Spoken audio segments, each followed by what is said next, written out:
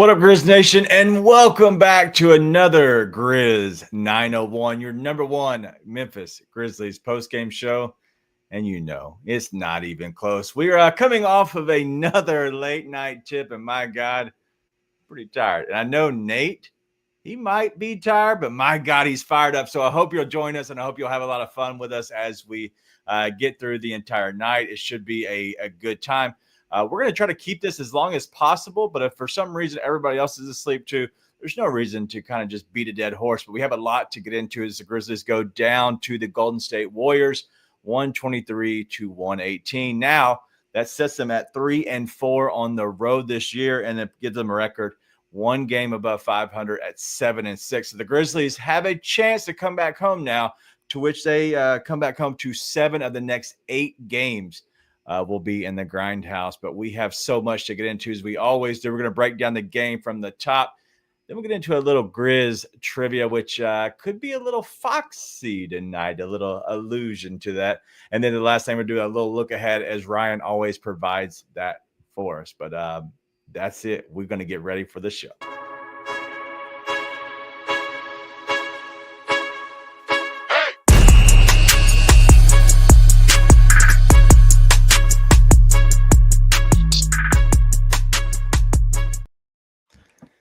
Nate, what's up, man? How are you?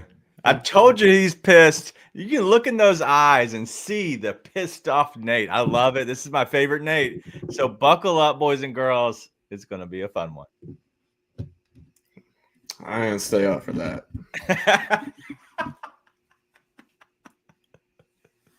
Look, I'm tired. I'm keeping my language. I know there should be no children. If your children are with you listening to the show, stop. Shame. Stop. Shame. Put them to bed. Just put them to bed. But either way, in case they are here, I'm gonna keep it PG. I'm gonna keep it to things I would want my son to hear come out of my mouth. But what the no, like, dude. All right, I mean, do we just want to dive right in? Do you just want me to dive right in? I do, but I have to give a shout out to an OG nice. New OG, Art. He was like, am I the only one here? He said he's alone here. So over on YouTube, obviously, we get most of our comments. It's going to be a very easy night. We're going to have more social media people that come through here. So it'll be a lot of Twitter people, a lot of people just kind of grazing and seeing this for the first time. So welcome. This is Grizz 901, Memphis Grizzlies postgame show. But if you want to join us over at Bluff City Media on YouTube, that's where all the comments are always at. But honestly, it's going to be a little bit lighter night just because it's midnight on out in Central Time. But shout out to Grizz Girl as well for joining us.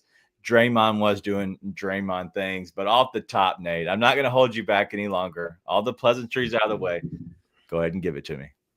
Well, let's get the easy stuff out of the way. All right. Somebody's going to put the ball in the effing bucket. Like, at some point, somebody's got to make a shot. And, I mean, at the end, Wells kind of found it, which I was glad to see because the lights were clearly too bright for him against the Lakers. And then to start out tonight, nice to see him kind of get it figured out late. Dez played awful for most of that game. Like, towards the end, he started looking more like himself, but Dez was terrible for most of that game. So that doesn't help. First game back, so I understand. Yeah. I mean, yeah, it's part of it. And chances are he's still hurting a little bit. I mean, for being honest. Like we said when it first started, hopefully he's not, but obliques are very weird. They're tough to fully heal. Yeah. Luke Kennard going 0 for 5 from 3 will make you want to blow your brains out. A lot of rough stuff. Part of being able to put the ball in the bucket is being able to actually get in a rhythm and play the game. Yeah. This is the first time. And we came out here after the Lakers game and we said, dog, sometimes people just have outlier games and beat you. Yeah. Like the Lakers shot, 8% better on like 10 more attempts than they normally do. Yeah, man. Like it's an outlier game. And by the way, Scottie Pippen doesn't smoke 2 layups and it could go the other way, right? Right. This is the first time I've sat there and watched a game and then like, yeah, Taylor Jenkins ain't got it. This was the moment where I said I don't think Taylor Jenkins can do it. So this is the most fun for me. Not that I want to take Taylor Jenkins aside. Listen, I don't jump on coaching as conclusions, and neither do you. So I don't want to throw you under the bus on this. This is not what we're doing. my favorite thing to do in life is banter, or the other side of things is play the devil's advocate. But I want to talk through this because there's no reason that we're going to absolutely dogpile on the coaching staff, the franchise, the players. We will never be that show. We will never be the show that dogpiles on anybody, that completely just throws a shovel on somebody, just shovel the dirt on them and put them away. I think it's always good to talk through things. And so thank you for joining us over here. Too Cozy 843 is saying we're beer. We're tier B. Listen, you got an excuse. I need a beer. I need a beer.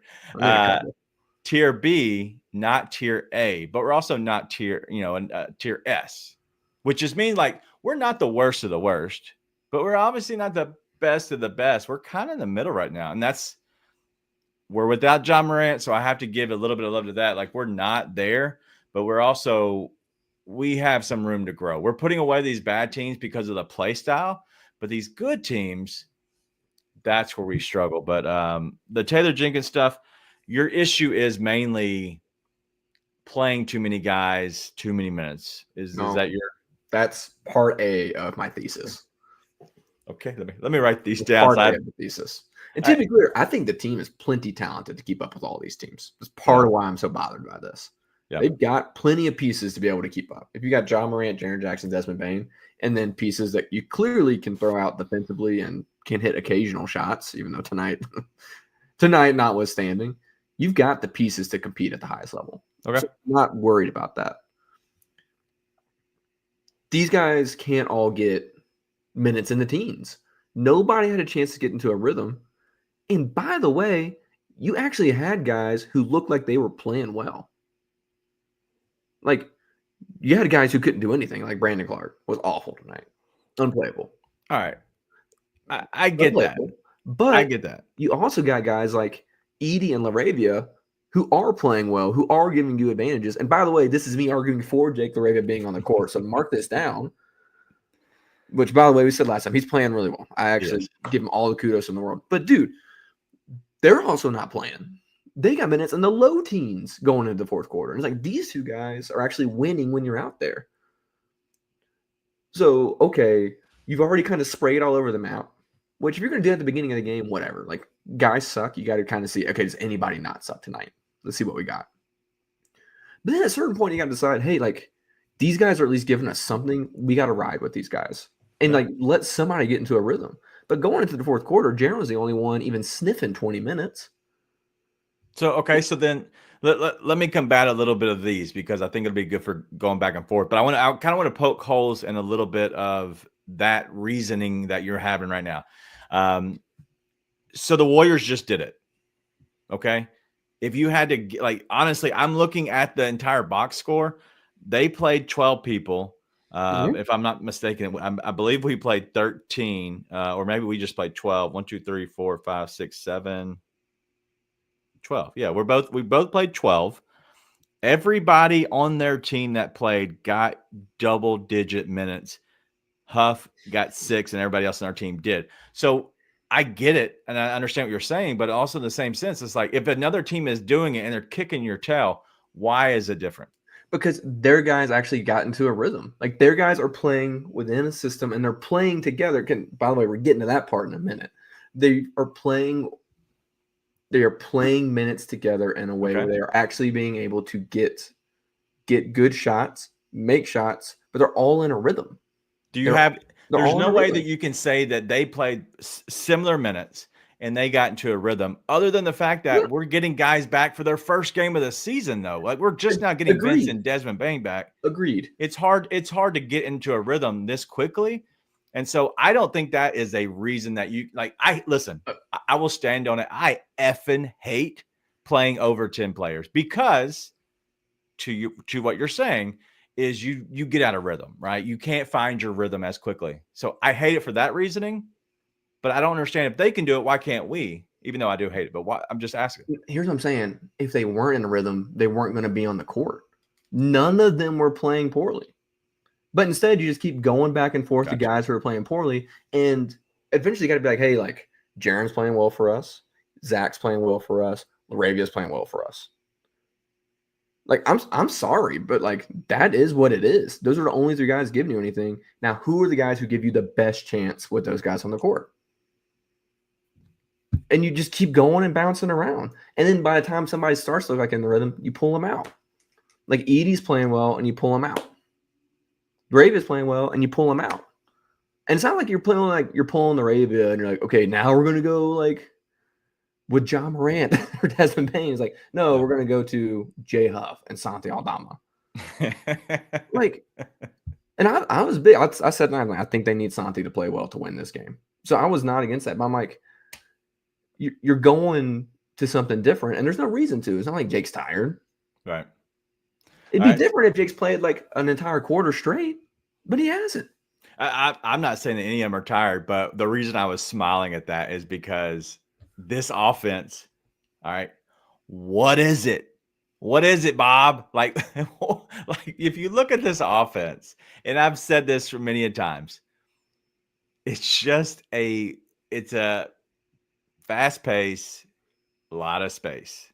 The pace and space, what they've always wanted to play with. The issue is when you get bogged down, there are no actions. There's no actions that anything other than it's a dribble drive, get to the front of the rim. If you get over help, then you kick it to where the help came from.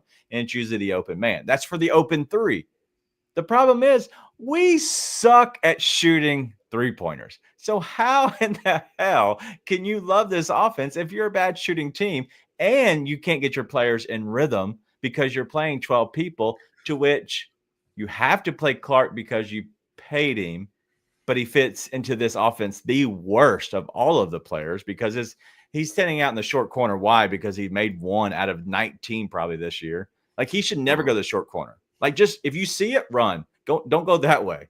So I think it's an issue. Just there's a lot of issues overall. Well, and BC has been playing better and better, but tonight he was awful. I mean, he was lost defensively too. Anytime you're playing a team that moves that much, like Brandon has never been able to keep up with that and know where he's supposed to be, and that appears to still be the case. So that was rough. But there's an insistence on going like 3 big lineups tonight as well, like Jaren and Santi and Clark, or Jaren and BC and Edie, or that's why he put Jay Huff in at the end, which I was like, why is Jay Huff on the court, man? Like, well, because Clark was so bad. Yeah, but like you don't have to go with another. It was a 3 big lineup. I agree. Like Santi was out there too. Well, Santi's not a real big.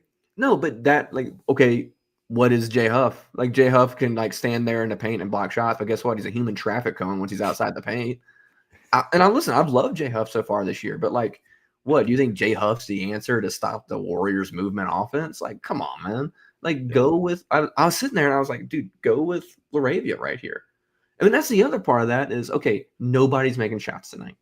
Nobody's giving you buckets. What do you have guys that can do? You've got Vince, Wells, and still Smart, even though it's been rough, still Smart, who can all defend really well.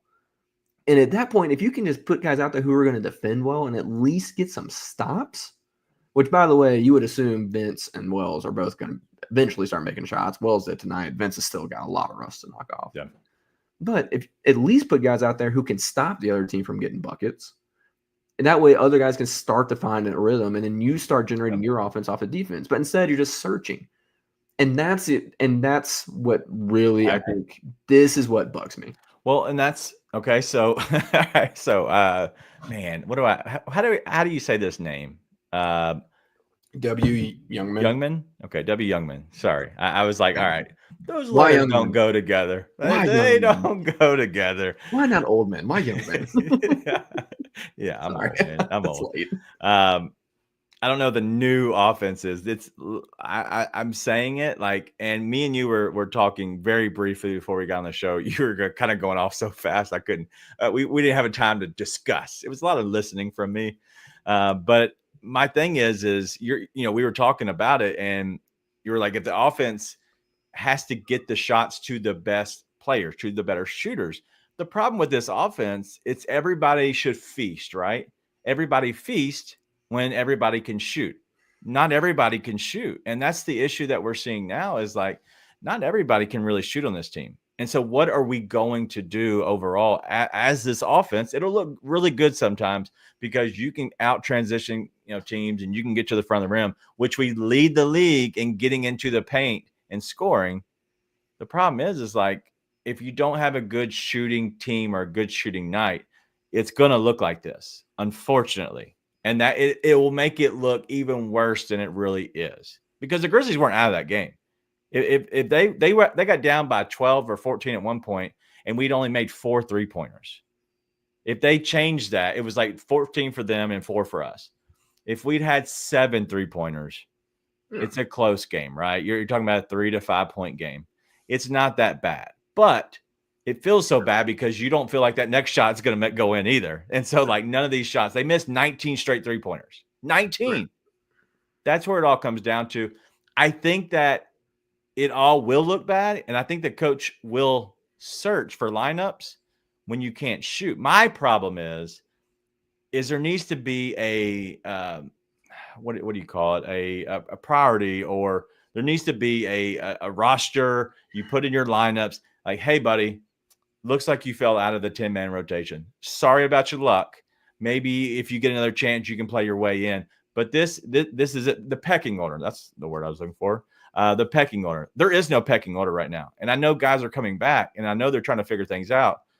But I don't know how you get a pecking order right now because I don't know if there will be ever a pecking order, honestly. Well, and that's the other problem. And it doesn't even come down to the pecking order. By the way, Slim Spain fan club, we'll get to the positive eventually. That's not what 100%. It's about. 100%. Not right now. It's not about being positive. Right now, it's about getting this off my chest. They're always reacting. Like the Grizzlies are always waiting to see what the other team does. They're never making the other team see what they do. It's all reactionary. That drives me nuts. Because against teams like the Warriors, like the Warriors are the best at what they do. They have been for forever. And credit to them, I didn't think they had the roster this year to be able to do it, but they're doing it. Clearly, they're 10-2. Oh, on that, this offense, this fast-paced style offense, it covers up so many flaws. Like, I get it, but it's not real because when the ball slows down, they have the best shooter in the game still. That will cover up some flaws as well. I just think this is a regular season type offense. So I think they're going to have the same issues at some point, especially if there's injuries. Well, you and me talked about this way early in the season. I was like, I think this will probably flame out at some point. But they won championships playing a style of offense, granted, in my opinion, with much better rosters to do it. You can't sit there and decide, hey, we're going to see what the Warriors do, and then we're going to try and match up with that. Like, at some point, you have to determine the game. Yeah. And you're constantly reacting, and your team's on its heels. 100%. Which is what happened the entire game. Like, the Grizzlies are on their heels the entire game. And I talked about, hey, like, eventually you got to guard Draymond Green at the 3. And we're both like, well, I mean, eventually players have to know to do that. But there's a reason the players don't know to do that. Because they're on their heels reacting. And we have seen it play out 1,000 times. Taylor Jenkins is a reactionary coach. He's a reactionary coach. Yeah. They don't ever get to what they want to get to on offense in this new offense. The only time they do it is when they get the ball in Jaren's hands and say, Jaren, go get a bucket, or put the ball in Ja's hands and say, Ja, go get a bucket. Occasionally, if Dez is cooking, they could do that with Dez too. Yeah.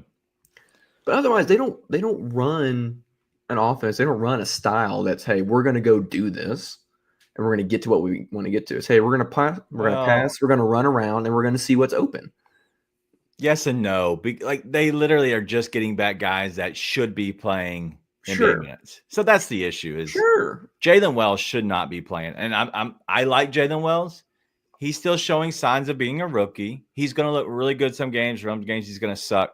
Vince Williams, honestly, he should be a guy that you can throw in as the glue guy, somebody that can be a pest, but you don't expect anything out of him on the offensive end. The problem is we're having to rely on some of these guys too much.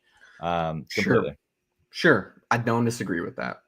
It doesn't change the fact that we have a history of this is the pattern with the Grizzlies. They react to what the other team's doing. You have Zach Edey, who again, when he was first playing this year, we're like, hey, he's unplayable. He's not caught up to the game yet. That's okay.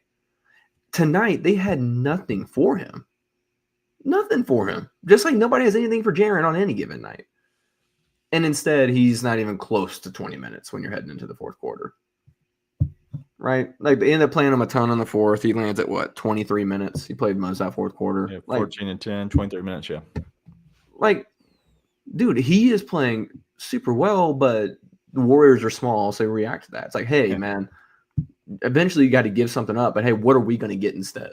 Yeah. What are we going to make them match up with us on? There's no enforcing our will. And I know that's what they talked about early on. That's not happening. And honestly, to poke holes in that, it's hard. It's, for one, them saying that was the dumbest thing, because he's an effing rookie. You're never going to play through him, especially if you're bringing in an international style offense that isn't going to be built for that type of a player. So you're putting this together with this, and they don't go together, and you're just like, F it. We'll figure it out eventually. That's what it looks like. And Edie himself is not the point.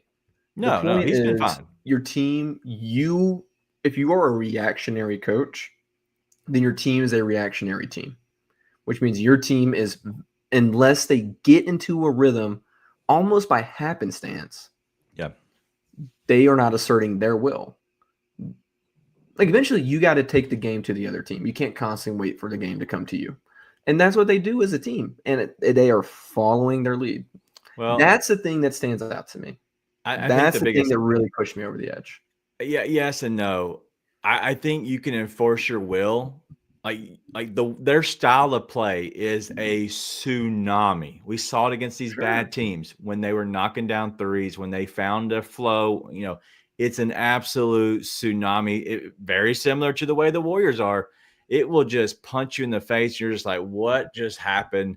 I just got hit by a truck, right? And that's how it feels. The problem is if what do you do when everything isn't going right? And that's the problem. And I don't want to be the guy who's giving excuses. I like to talk through things, and I like to figure out why. I've been very much on record saying I don't like some of these things that we're doing. I don't agree with the offense. There's a lot of things I disagree with, but that's what they're doing. It's not my job to say, hey, you should do it this way. If that's your job, you're getting paid millions of dollars for it. I'm never going to just say you're a complete idiot.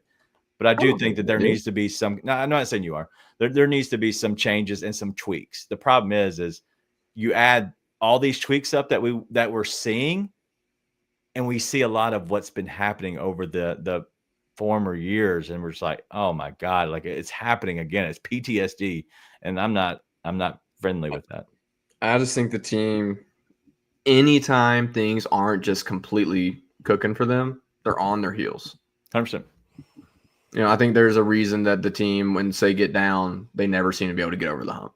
Yep. That's been a consistent trend. I think they're always on their heels. And I've said this to you a couple of times. It feels like Taylor Jenkins is trying to play chess, but dude, the game's checkers. Sometimes you just got to go win checkers. My thing is have you ever been to an escape room before? I'm going to use this analogy, and I think I know the direction. Okay. And honestly, listeners, if you've been to an escape room before and you walk in and you're just like, where the F do we start? Like, is there like an arrow that tells me where to start? So then you start talking to all your friends and you're trying to figure out. And finally, you just say, hey, let's simplify this. Okay. This has this. Let's make it make sense. And let's just figure out this scenario. And once we figure out that, we should point us in the right direction. So you just simplify everything, right? I think right now he's in the room and there's so many places he's like, I could start there or there or there. And he's overwhelmed. That's a problem, though. And he's so lost as where do we go? My thing is he's getting back his players. This is the time to say, let's simplify it. Let's go back to the basics. Let's go back to 10.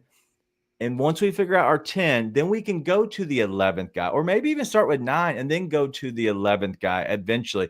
Once you start getting in the rhythm and you get these players that are all feeling more comfortable, you add in a piece or two to make your life a little bit harder.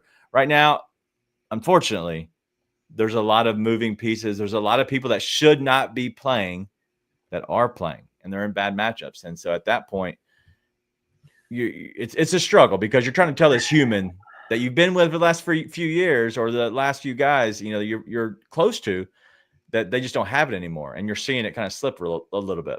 Yeah, but also like, and I get that there is a human element to it, but Yeah. dude, that's what that sort of sums up everything for me. What you just said, which is you don't know where to start and you're feeling overwhelmed. Yeah, for sure. It's your job to know where to start and not be overwhelmed. That is the job. It's your job to make those decisions. And again, tonight is just it's a microcosm. Right. Again, if you have guys just make a couple of shots, actually no, you still would have been down by like 18. So no, I think you flip some of those because there's less. Some of them maybe, but you're still probably getting beat. So the Grizzlies shot. Let's go through a little bit of this. Let me send some questions to you because it's easier for me to control this, and I can kind of get your thoughts on a lot of these. The Grizzlies go 7 of 42. They were 4 of 30 something at one point, 4 for 34, I believe, at one point. They end up going 7-42, 16%. The Warriors go 19 of 46 at 41%. You're talking about a difference of 12 made threes, right? And then they shot 4 more. That tells a lot of it, but that's honestly, you can't have it that bad. It has to be better than that. You either have to guard the 3 or you better shoot the 3.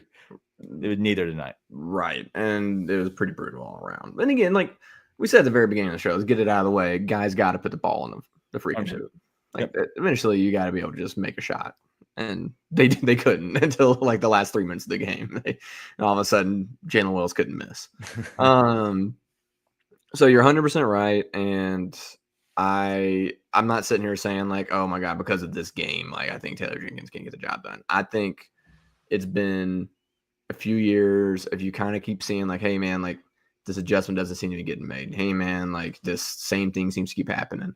Hey man, like the team's on its heels again. And eventually it's like, hey man, the team can't be on its heels. The team can't constantly be reacting every time something's not going their way. And this was the first time I was like, man, like why does this always happen where the team's on their heels if things are going poorly? And that's what it felt like. And it felt like he didn't know what to do. Which I mean, again, sometimes it's like everybody sucks. Like what are you gonna do? But it felt like he was just kind of like, even the things that would work for you is like kind of panic and go past that. Right. And there's no actual plan to go ahead. So yeah, man, tonight was the first night where I was like, I don't think he can get it done. Yeah. And I've never said that, and I'm not a TJ hater. I think he's a good coach, but can he develop that plan and get the team to do what they need to do to win at the highest level? Doesn't look like it. Yeah. So I would love to be wrong. But it's rough. I'm going to hold off on that. I'm going to wait till Ja gets back and they have, some games together where they can kind of get to a flow before I go there. Now, if this was with Ja and we're looking this bad and, he's been back for a little bit, then yeah, that's different, right? I'm going to hold off on that. But by all means, like if that's how you feel, that's how you feel. We'll never say that you're a complete idiot for thinking a certain way as long as you have a reasoning for it. And I'm always down with open conversations, whether you feel completely against the way I feel. We'll always be able to go back and forth, me and you, but also, all of us in the chat. I think we're on the same place. It's a very positive place. Sometimes we got to get it a little bit off of our chest a little bit, but this is the Grizz Down to One post-game show for the Memphis Grizzlies. We're gonna continue on probably similar to the last game, because last game we ran over into the 40 minutes of just a complete breakdown of the game.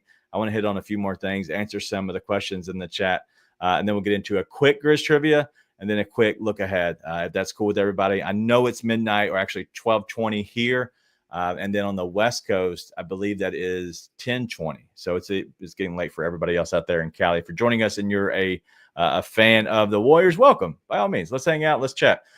Speaking of the Warriors, Andrew the GOAT says the referee is trying to help the Grizzlies back into the game.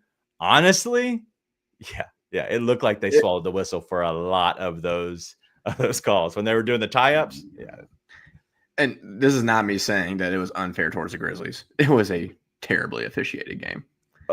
On both sides, yes. Yeah. It did not favor the Warriors by any means. If anything, it did favor the Grizzlies. They were terrible. No there was some old lady right next to Steve Kerr that yelled, "You guys are terrible," and I was kind of like, "Yeah, she ain't wrong." All right, so a lot of these Slim Spain fan club was talking about, which, listen, I love that. I don't know if I've ever seen that. Especially the is that like kind of a little high top on old Slim Spain? I got a little question for you. If we don't have Bane, Tripp, Vince in the starting lineup for the next game, I'll be shocked. So what say you? Do you think Sunday we get Bane back 100% back in the starting lineup? Jaren's going to be in the starting lineup. Vince is the question, because Bane's coming back in the starting lineup 100%. Is it Vince? Is it maybe Marcus Smart off the bench again? Or maybe they go Jalen Wells again? I don't know. You might go Vince for the length side of things. I'm trying to think, because Murray is out for the Nuggets, right? This. Yeah, Murray was tonight, I believe, and Jokic was. Jokic just had a baby or is about to have a baby. Either way, well, congrats to Nikola Jokic. I'm sure he's listening. I hope. Sure he's tuned in. Nicola, please enjoy paternity leave. Take your time. Maybe a week. Take a week. May your child be as precious as your horses. Yes. How would if your horse had a baby, wouldn't you want to be there? So just imagine this by 50. I love so that stupid. Guy. We are stupid. This is way past my bedtime. You might put Vince out there just for the links factor. Because Michael Porter Jr. Wells is still, he's 6'8", but I think we'd agree he's 6'8" because of the hair. Yeah. Hey, real quick, Jamal Murray was back tonight. He had 16, 6, and 8. Then I think you would probably still go with Wells. Wells has played really well. Like, I don't think he has done anything to not start. And I think for Vince, being able to come off the bench against bench competition to knock that rust off and get back in a rhythm is more beneficial right now than for Vince than it would be for Jalen. Yes. And part of that also is, again, I talked about this at the very beginning. Basketball is a rhythm sport. Like, you want guys to get in a rhythm, to be feeling good. And Vince being able to play against a bench unit and be able to defend that, feel really good defensively, not have to deal with guys like Jamal Murray right off rip, and then probably, hopefully, see the ball go through the hoop a couple of times, is beneficial for when you get to the end of the game and you maybe want to close with him. Right? But not necessarily to start. Yeah. Unless you start both guys. Which would change things a little bit. I want to throw this up because I believe it's Wayno. Here we go. Yeah. Wayno. Tell me about that international Santi and the perfect system. Oh, wait, dude. Santi has been bad right now. But yes, if he's making his threes, he's good. He's not hitting his threes. So at that point, yes, he is bad at the moment. But I'm not going to completely just, put him away. That's the other thing too, though. Santi, when they had no choice but to play the guys they had at the beginning of the year, like, Santi did a lot more than just make threes. But if you sit there and you're like, hey, if I don't make these shots, I'm getting pulled, I'm getting yanked, which is what's happening with these guys, then it's like, okay, you don't have a chance to decide, hey, I'm going to take it to the bucket and see that one go through. And then that's going to make me feel better about this. Then your confidence starts to rise. It's a rhythm sport, man. And if you're constantly getting yanked and guys are getting yanked left and right, that's what bothers me about the too many minutes, man. No one can get in a rhythm. Yeah, absolutely. Shout out to Garibaldi's. AC Surreal. Oh. Garibaldi's. I have so many of those. They literally live. Yeah, you do. 2 minutes from there. That's correct.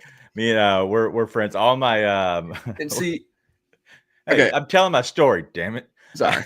It's late night. I can cuss.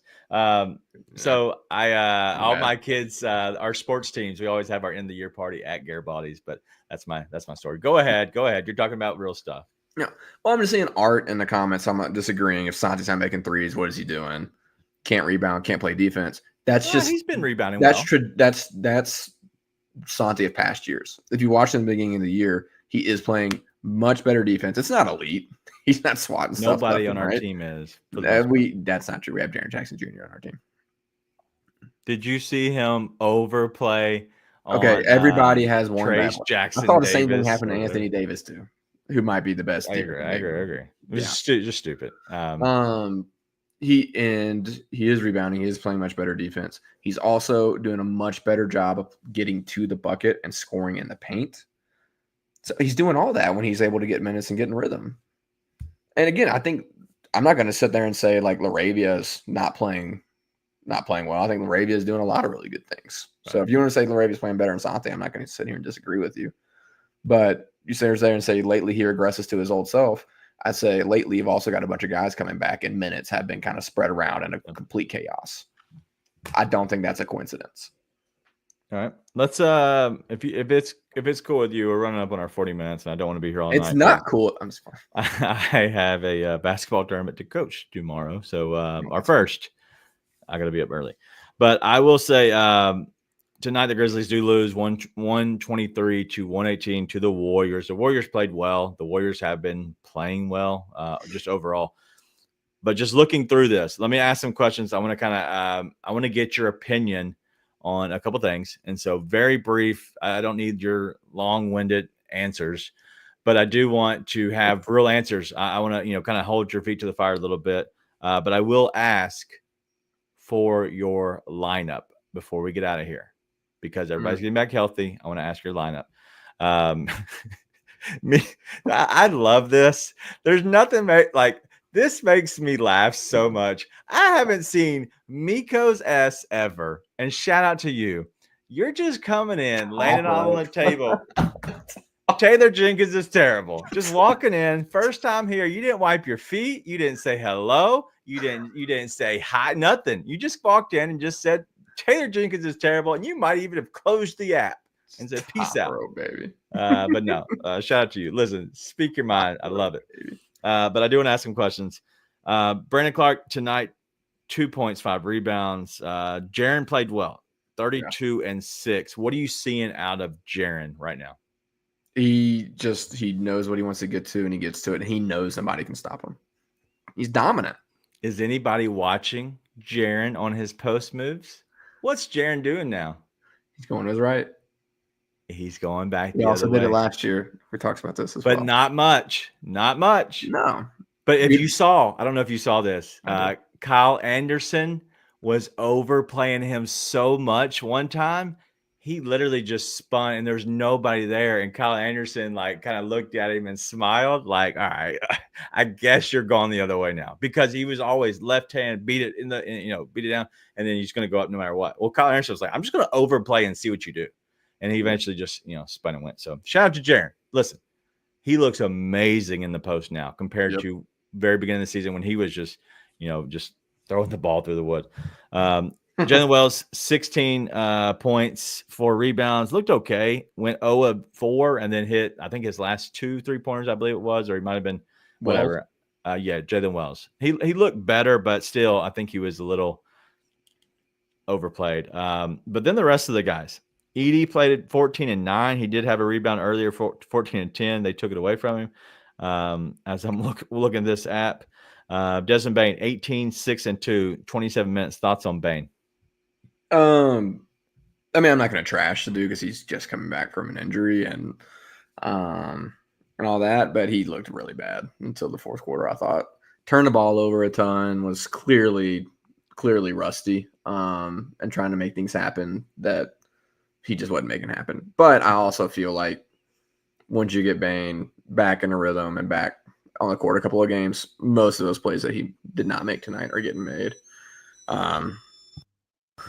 Hold on a second. Some child things. Take me 2 seconds. All right, he's on probably daddy duty at the moment. Nate has a young kiddo now, and so look at you being all daddy stuff probably now. happen again. If you had to guess real quick, let's move on from Bane. I think that's enough. Bane will be fine. Turnovers tonight. Who do you think led the game in turnovers? Grizzlies or Warriors?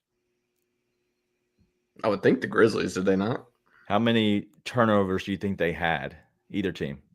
If you had to guess.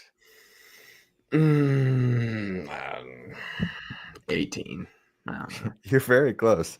The Grizzlies had 15 turnovers tonight. The Warriors had 19. It's just Warriors threw it out of bounds a lot. They did. A lot of dumb turnovers, but they did have, I believe they had more steals, a 9-8, so really not much. So either way, there's not much of a difference. But I want to get to next game.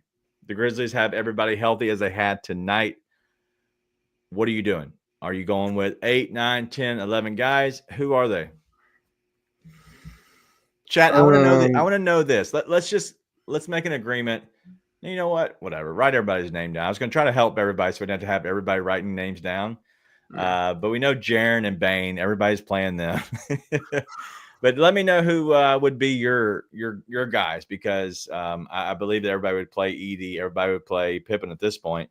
But is there anybody else, or who would be your 8, 9, 10, 11 guys? How many would you go with? Who would you go with? I would go with Pippen, Bane.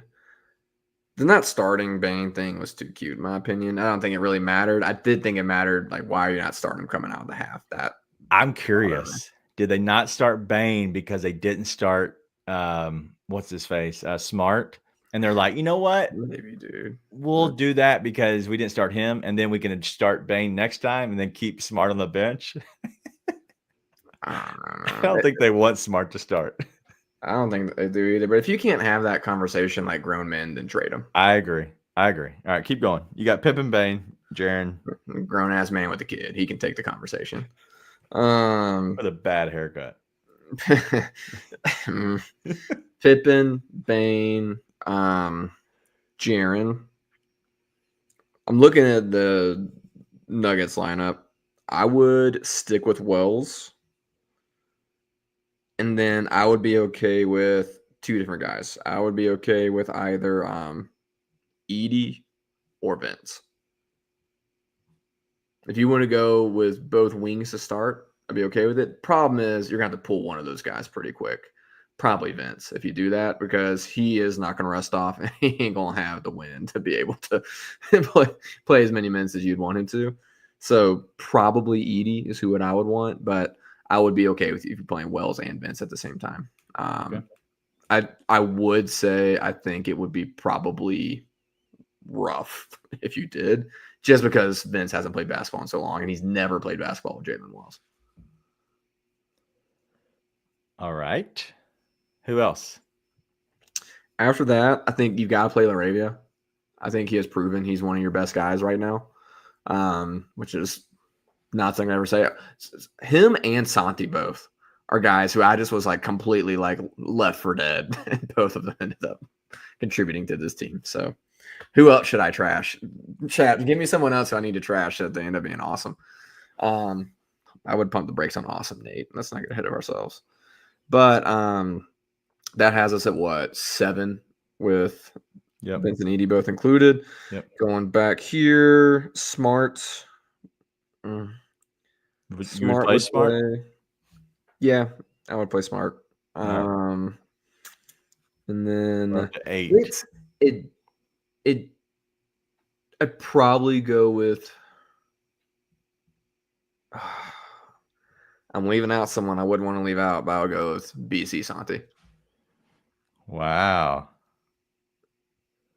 I don't want to leave out Kennard, but I'm just like, if he's not draining threes for you, it's like, and he has done more. We've talked about, he's done a lot more facilitating. He seems to be more engaged all around than just shooting. Yeah. But man, if he's not making those shots, there's always somebody who does everything else better. All right. So Sherman Jones, I believe, he says GG, but obviously I don't, GG's not here, John's not here. But that would be who you would kind of go with. Wow. I'm shocked you left Luke out. and then Huff's your guy. But if I had to be shocked of anybody, I'm shocked that you left Conchar out. I'm kidding. GAD. Never mind. I'm not gonna go there. I can get me in trouble. And it ends up coming. The reason I asked that is it's tough to do that. So imagine like you're literally looking at these humans and trying to figure it out as well. It's tough to have those conversations. It is, but somebody needs to put the big boy pants on. I think the conversations need to be had. I think we need to have a pecking order because the roster, is very big and it is absurd. They need to eventually move somebody and they need to do something. But what do you do? And so at this point, there has to be some kind of trade. But let's go ahead and put a bet on this. I think we're good. I do as to Cozy 843. That's the change I would have is I would have BC. I don't think I'd play BC much. It'd have to be the right matchup for him, and I'd be matchup, consistent with with Clark and Huff for sure. I think Huff's shown you enough, especially with this offense stretching it out. I think Huff can be that guy. So yeah, I don't believe that the BC fall off is as stark as it's looked for a lot of the games. I thought he was looking better and better and better until this game. Yeah, I don't think the fall off is there. It's just like they don't, like you said, play to his strengths very much. But I don't think that means that you shouldn't. History has shown us you play Jaren and BC together, you win by a lot. And I think that if you would play in a way, if you would play more towards your strengths of your best players, I think that trend would continue. So, okay. Well, stick around with us. We're going to get to Grizz Trivia. Jalen Nelson says, great show, guys. I appreciate that. We're going to get into Grizz Trivia now.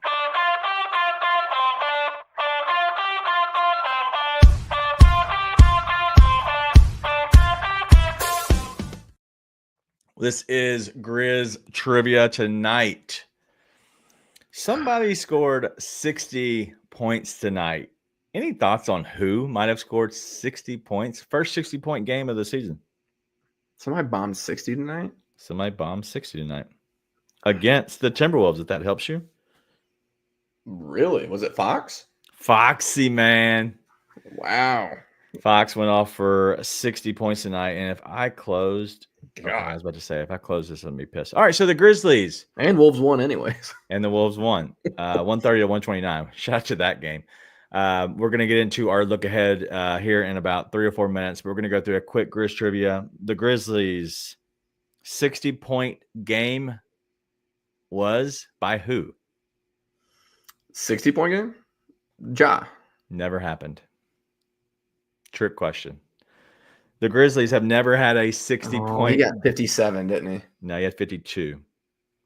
Oh, I guess one was 57. So the Grizzlies have had one 50-point game from what I'm looking at here, unless the stats are completely wrong. One 50-point game ever, and it was by Ja.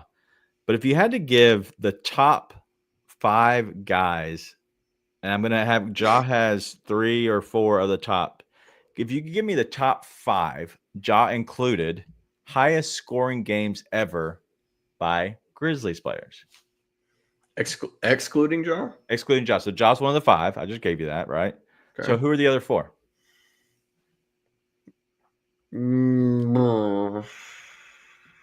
Conley? Jaren.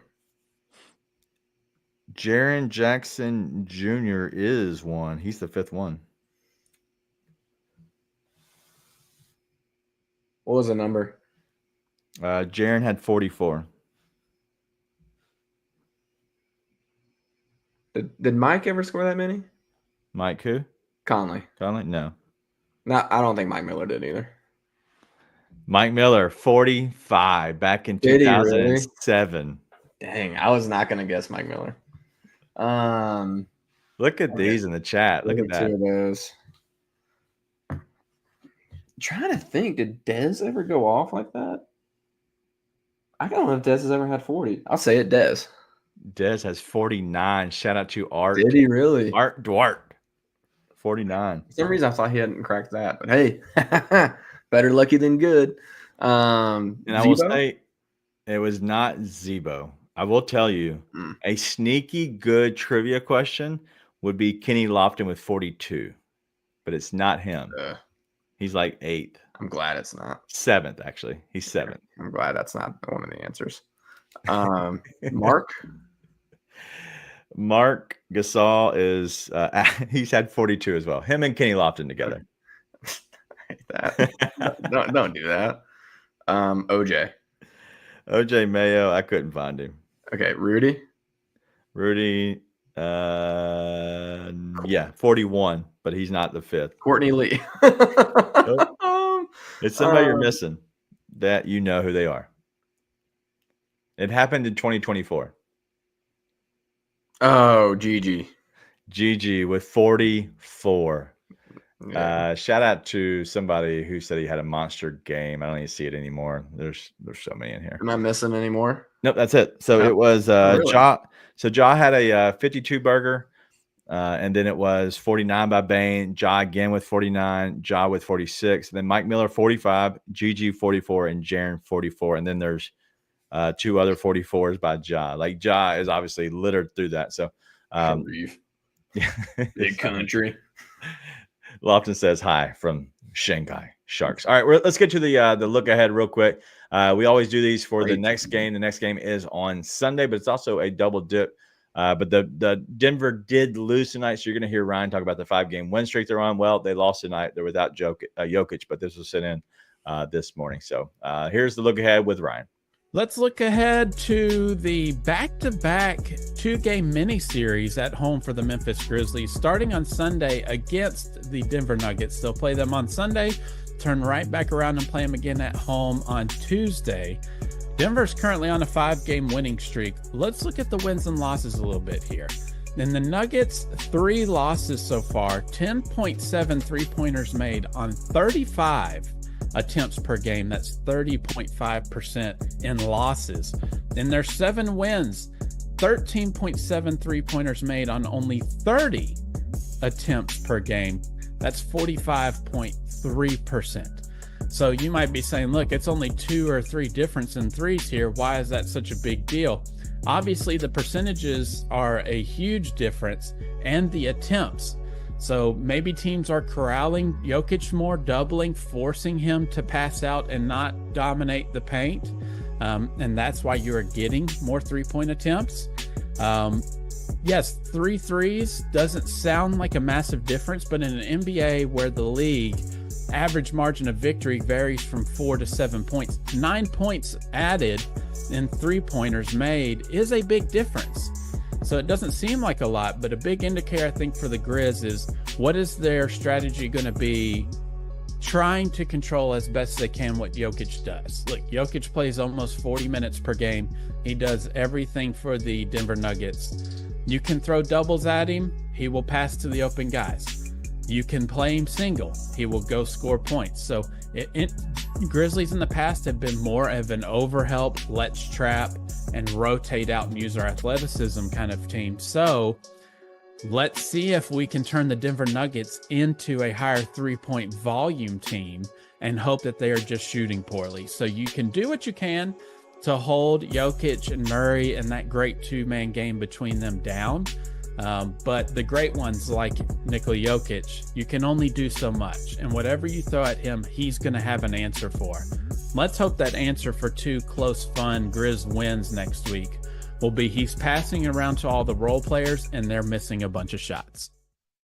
All right, that is the look ahead with Ryan. The Grizzlies take on the Denver Nuggets Sunday at 5 o'clock Central. And then it's a double dip kind of back-to-backs. They play on Tuesday again at home against the Denver Nuggets. It's a Tuesday night at 7 o'clock. So any quick thoughts on here, and we'll kind of end the show? Yeah, I think the Grizz could come out and play really well. Okay. I think they could come out and beat that Nuggets team for sure, especially if Jokic isn't there. Yeah, for sure. I think they will have to play well regardless. I don't think they can just kind of skate if Jokic isn't there. But I think even if Jokic is there, if they play well, they can win. Yeah. I still believe in this team. I think they have really good pieces. I think Taylor Jenkins is a good coach. I just think it takes some moxie and some adjustments to win at the highest level. And I'm yet to see something that makes me believe that in him. And I'm saying actually stuff that makes me not believe that. Regular season-wise, I think they can show up and win any night against anyone. So we'll see. It'll be 2 good games. It'll be a good test to kind of find out what they have. If they have it, man, I think they'll bounce back big time. Coming back home after a long road trip. Then now they have 7 of the next 8. They're going to be at home. So it's going to be a fun time to be a Grizzlies fan, especially if you are a local fan or from somewhere around that you can get to the games and get to the grindhouse. It'll definitely be a good time. But I think that's all we got tonight. It was a fun show. Got a little stuff off our chest in the very beginning. Talked to a little bit in the middle. Had a good Grizz trivia and a good look ahead. We will not have a show on Sunday. We don't have shows on the weekend. So if you're joining us for the first time, every weekday night, we'll be here immediately after the game. The game ends. I push the go live button, and then we see you there in 2 minutes. But I am Daniel. That's Nate. As always, this is Grizz 991. But we'll see you all Tuesday night. Be nice and tell your friends.